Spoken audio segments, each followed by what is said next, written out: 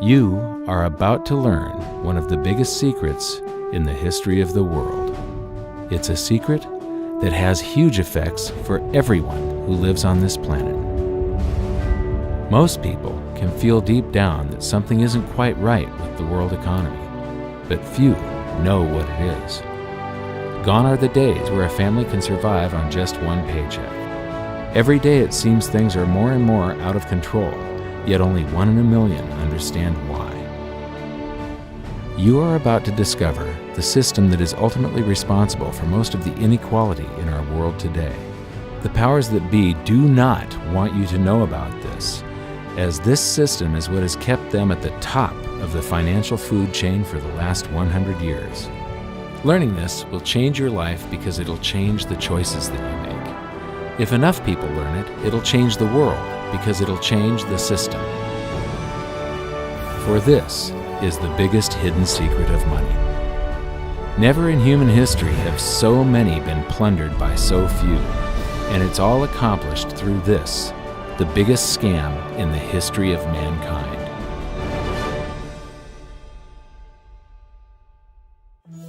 They say that money doesn't grow on trees, but the truth is that the modern banking system creates currency far faster than trees can grow. Most people don't have a clue how currency is created.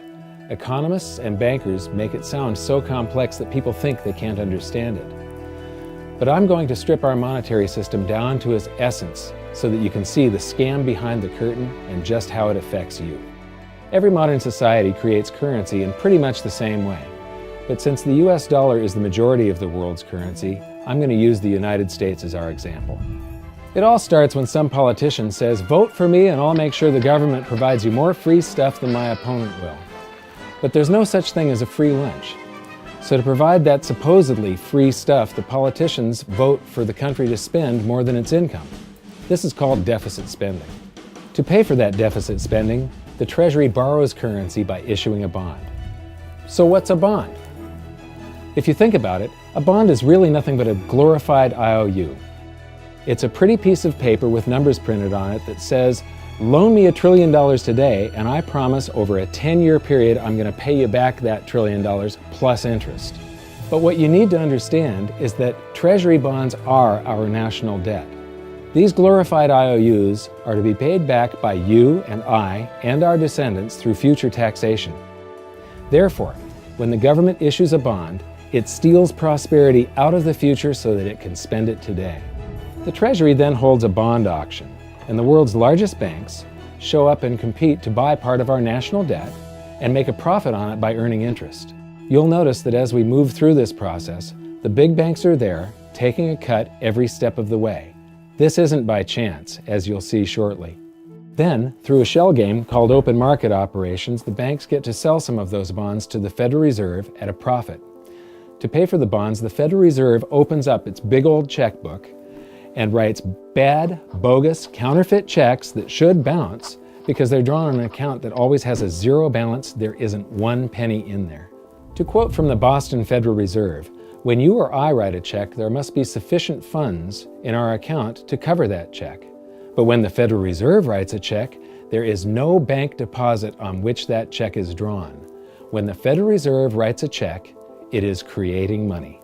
The Fed then hands those checks to the banks, and at this point, currency springs into existence. The banks then take that currency and buy more bonds at the next Treasury auction. But what is a check? A check is also an IOU. When you write a check, you're making a note that says, "Here's my IOU for cash. All you have to do is go to the bank and pick it up." Now, it's very, very important that you understand this process because we're going to come back later and show you the devastating effect this has on you. The Treasury issues IOUs, bonds. The banks then buy those IOUs with currency. The Federal Reserve then writes IOUs, checks, and hands them to the banks in exchange for the Treasury's IOUs, the bonds. And currency is created. So what's really happening is the Federal Reserve and the Treasury are just swapping IOUs, using the banks as middlemen, and abracadabra, presto, currency magically springs into existence. This process repeats and repeats over and over again, enriching the banks and indebting the public by raising the national debt. The end result is that there's a buildup of bonds at the Federal Reserve and currency at the Treasury. This process is also where all paper currency comes from. The Federal Reserve and the government mistakenly call it base money because they didn't watch episode 1 of this series and they don't know the difference between money and currency. But I will correctly refer to it as base currency because it is not money. It is currency, and as we've learned, there is a big difference. Money has to be a store of value and maintain its purchasing power over long periods of time. We learned in episode 1 that earlier in our history, our paper currency was just a claim check. It was a representation for real money of intrinsic value, the gold and silver that was held on deposit at the Treasury. You could walk into any bank and slap your currency, like say a $20 bill, on the counter and redeem it for real money, a $20 gold piece. But now, this base currency that's piling up back here is really nothing but a receipt or a claim check on an IOU, that bond. So it's really nothing but a supply of numbers. The Treasury then deposits the newly created currency into the various branches of the government, and the politicians say, "Hey, thanks for that." And the government does some deficit spending on public works, social programs, and war. The government employees, contractors, and soldiers then deposit their pay in the banks. Now, this may come as a shock to you, but when you deposit your currency with the bank, you're not actually depositing it into an account to be safely held in trust for you. Instead, you're actually loaning the bank your currency, and within certain legal limits, they can do with it pretty much anything they please. This includes gambling in the stock market and loaning it out, at a profit, of course. Now this is where the machine of currency creation really gets cranking, because this is where something called fractional reserve lending comes into play. Fractional reserve lending is exactly what it says. The banks are allowed to reserve only a fraction of your deposit and loan the rest out. Although reserve ratios may vary, I'm going to use a 10% reserve ratio as our example. If you deposit $100 in your account, the bank can legally take $90 of it and loan it out without telling you. The bank must hold $10 of your deposit in reserve just in case you want some of it. These reserves are called vault cash. But why does your bank account still say you have $100 if the bank has stolen $90 of it? Because the bank left IOUs it created, called bank credit, in its place. Now I know this sounds crazy, but here it is in black and white from the Fed. Commercial banks create checkbook money when they grant a loan simply by adding new deposit dollars in accounts on their books in exchange for a borrower's IOU. These are nothing but numbers that the banks type into their computers. And even though these bank credit IOU numbers are very different from base currency numbers, because they only exist in computers, they are still currency. So now there is $190 in existence. Now the reason people take out loans from the banks is to buy something. They're going to buy a house or a car or something like that. So the borrower takes the $90 that the bank loaned to him from your account and he pays the seller of the item. But then the seller deposits that currency into his account and his bank loans out 90% of that and leaves bank credit numbers in its place. So now there's $271 in existence. This process repeats and repeats until under a 10% reserve ratio, an initial deposit of just $100 can create up to $1,000 of bank credit, all backed by $100 of vault cash, just 10%. But as I said, reserve ratios vary wildly. On some deposits, it's 10%, on others, it's 3%, and on some forms of deposits, reserve requirements are 0. The result is that the expansion of the currency supply by the banks is far greater than even this example would lead you to believe. So once again, when currency is deposited in the banks get to lend it out, and then it gets redeposited and relent, redeposited and relent, redeposited and relent over and over again, creating bank credit all the way. This is where the vast majority of our currency supply comes from. In fact, 92 to 96% of all currency in existence is created not by the government, but here in the banking system. Now, massive amounts of currency spewing into society may at first sound like a fun idea. That is, until you remember one of the most important hidden secrets of money from episode 1, that the prices of everyday goods and services act as a sponge on an expanding currency supply. The more currency we have, the more prices rise. This is where inflation comes from. The true definition of inflation is an expansion of the currency supply. Rising prices are merely the symptom. So our entire currency supply is nothing but a couple of bucks whipped up in this hocus-pocus scam where the Treasury and the Federal Reserve swap glorified IOUs, and a bunch of numbers that the banks just type into their computers. That's it. That's our entire currency supply. It's nothing but a supply of numbers.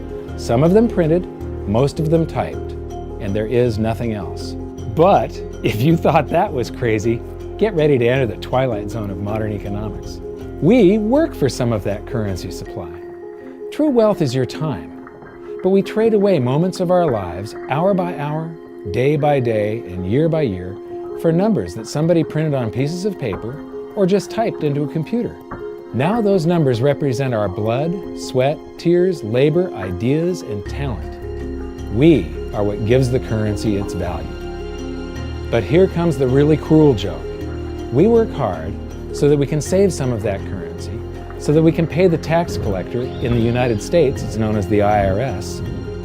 They then turn it over to the Treasury so that the Treasury can pay the principal plus interest on that bond that the Federal Reserve bought with a check drawn on an account that has nothing in it. Now let's do a recap on this section because this is where the system begins to rob you and I on a massive scale.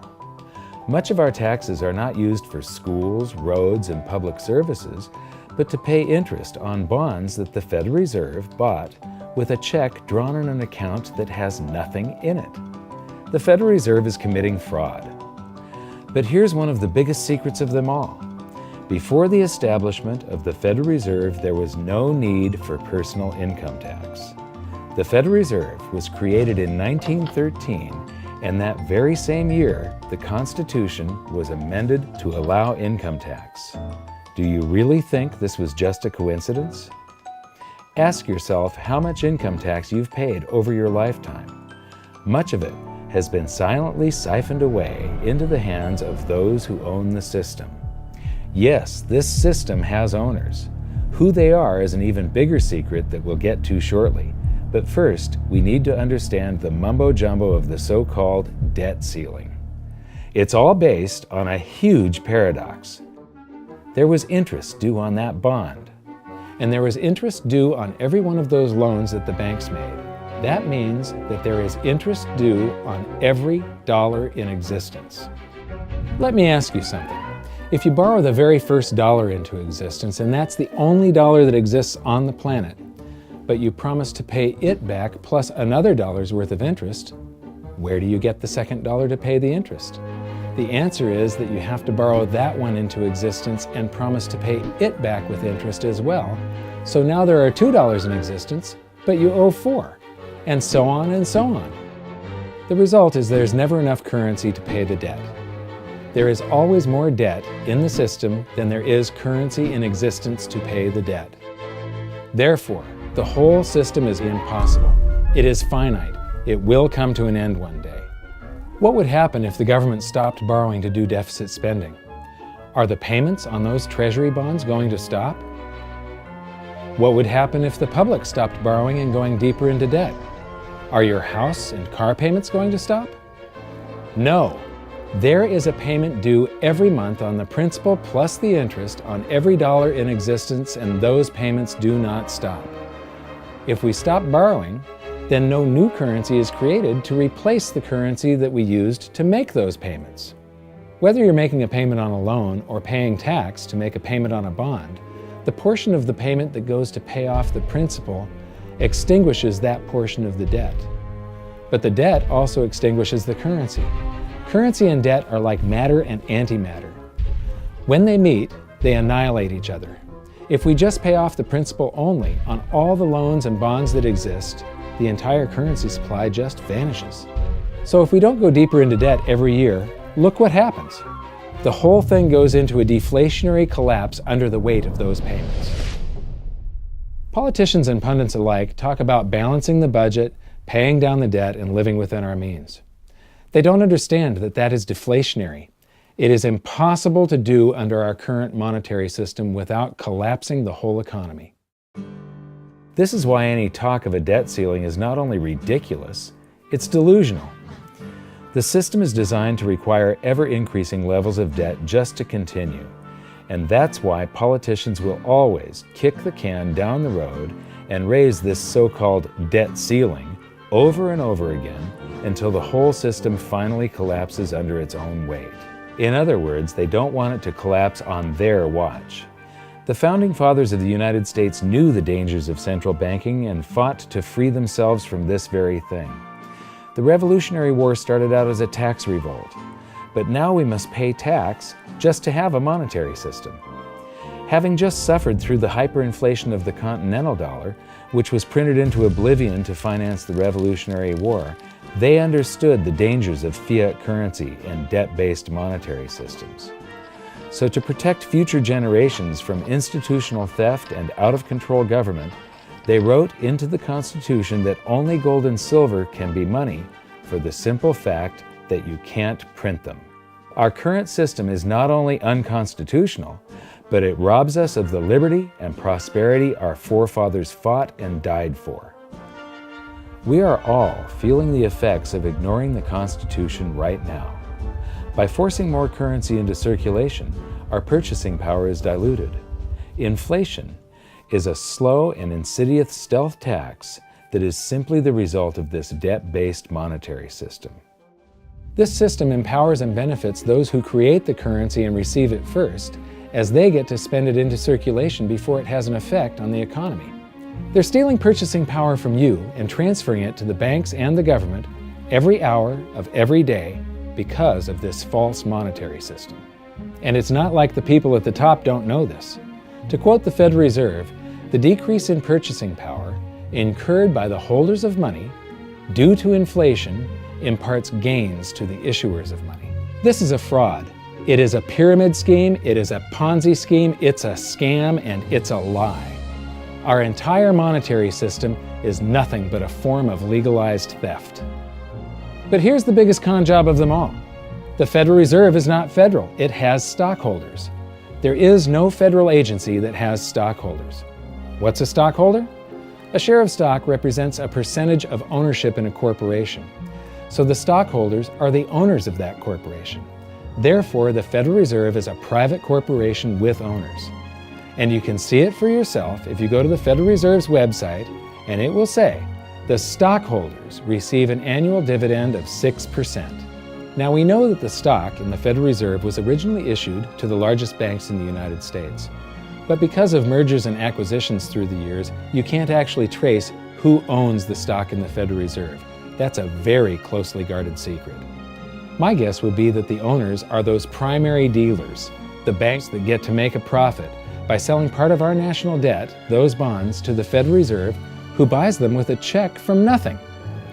Then we pay tax to pay the principal and the interest on those bonds so that the Federal Reserve can pay the banks a 6% dividend.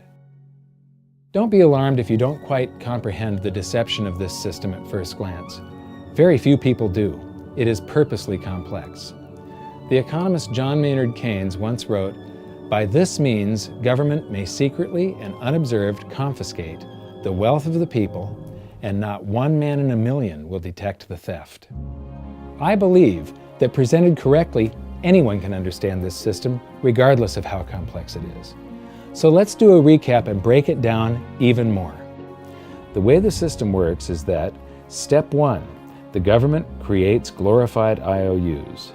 These bonds increase our national debt and put the public on the hook to pay it back. Step 2, IOUs are swapped to create currency. The Treasury sells the bonds to the banks. The banks then turn around and sell our national debt at a profit to the Federal Reserve, which they probably own.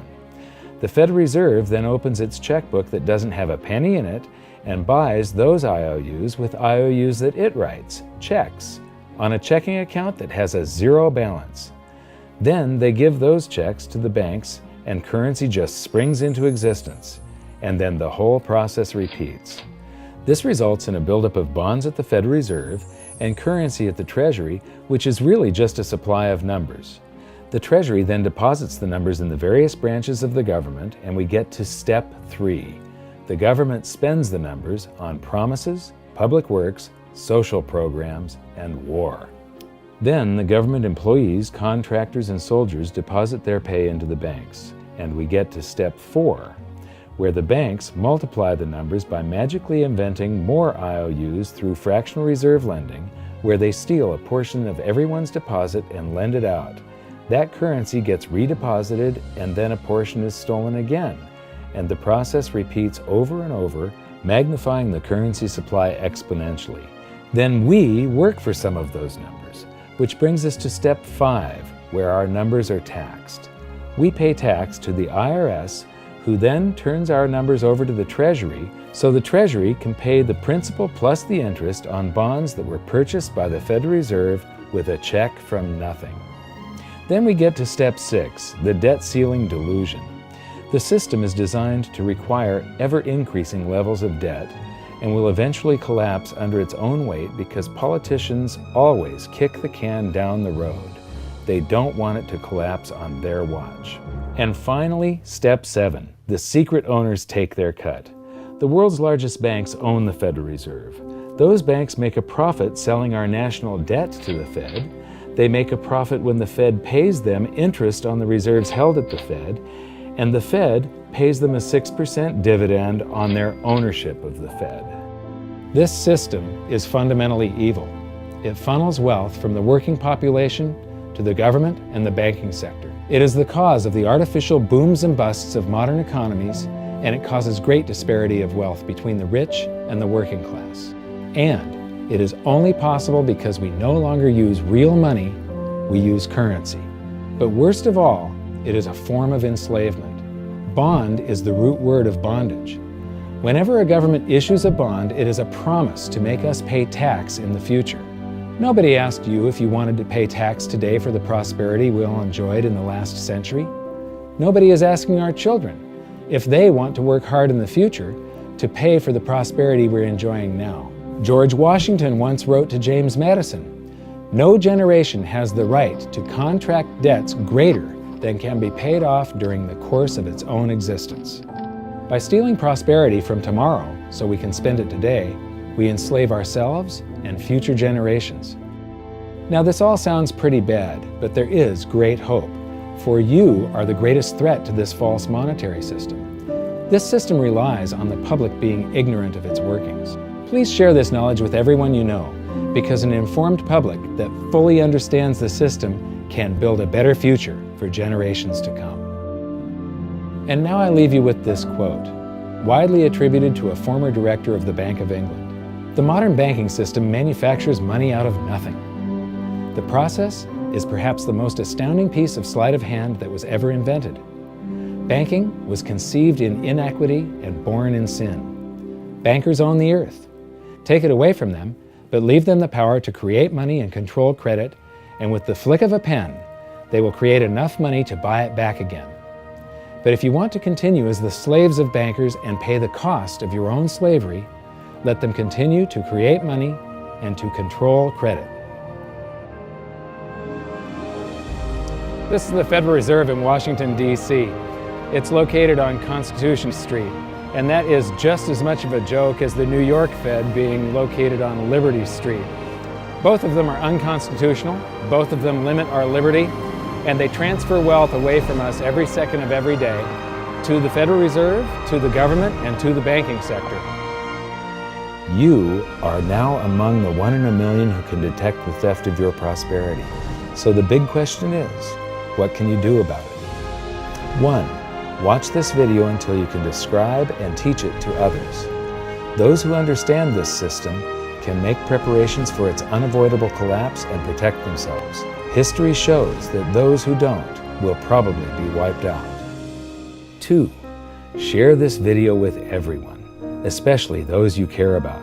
All it takes is a mouse click or two to get this message in front of millions. Post this video on Facebook, tweet it, email it to loved ones. Please share it wherever you can. 3. Join the conversation. The current world monetary system is based on a 300-year-old design meant to enrich a few at the expense of the many. There must be a better way. At hiddensecretsofmoney.com, we've created an open-source platform for the design and development of a new world monetary system. We're calling on every economist, every student, every college, every bright mind, and anyone who cares to join the discussion. In educating ourselves and each other, we can prevent the further loss of our freedoms and maybe, just maybe, win some of them back.